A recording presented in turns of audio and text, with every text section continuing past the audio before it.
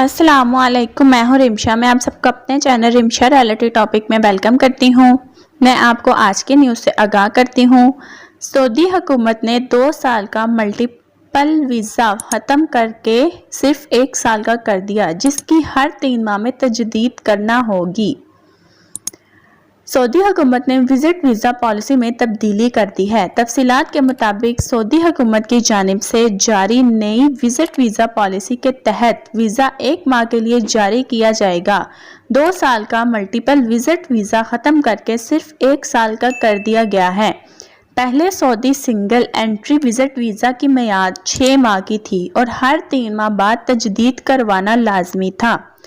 ताहम अब नए निज़ाम के मुताबिक सिंगल एंट्री वीज़ा अब सिर्फ 30 दिन का कर दिया गया है, जिसकी हर 3 महीने में तजदीद करना होगी।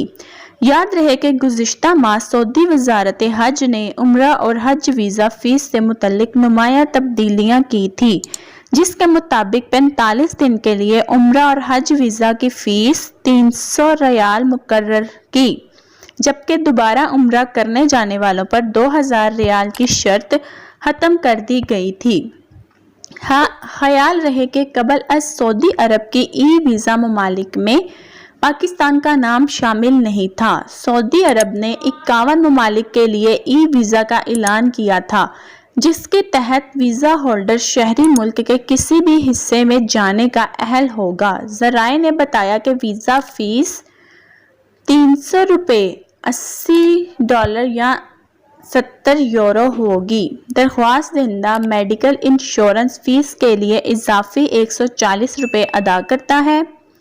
मीडिया रिपोर्ट्स के मुताबिक ई वीज़ा ममालिक में पाकिस्तान का नाम शामिल नहीं था। विजिट ई वीज़ा 18 साल से ज़ायद उम्र सियाहों को जारी किया जाएगा, जबकि इसके बरअक्स पाकिस्तान ने 170 ममालिक को ई वीज़ा जबकि 50 ममालिक को मौका पर वीज़ा देने का अमल शुरू किया।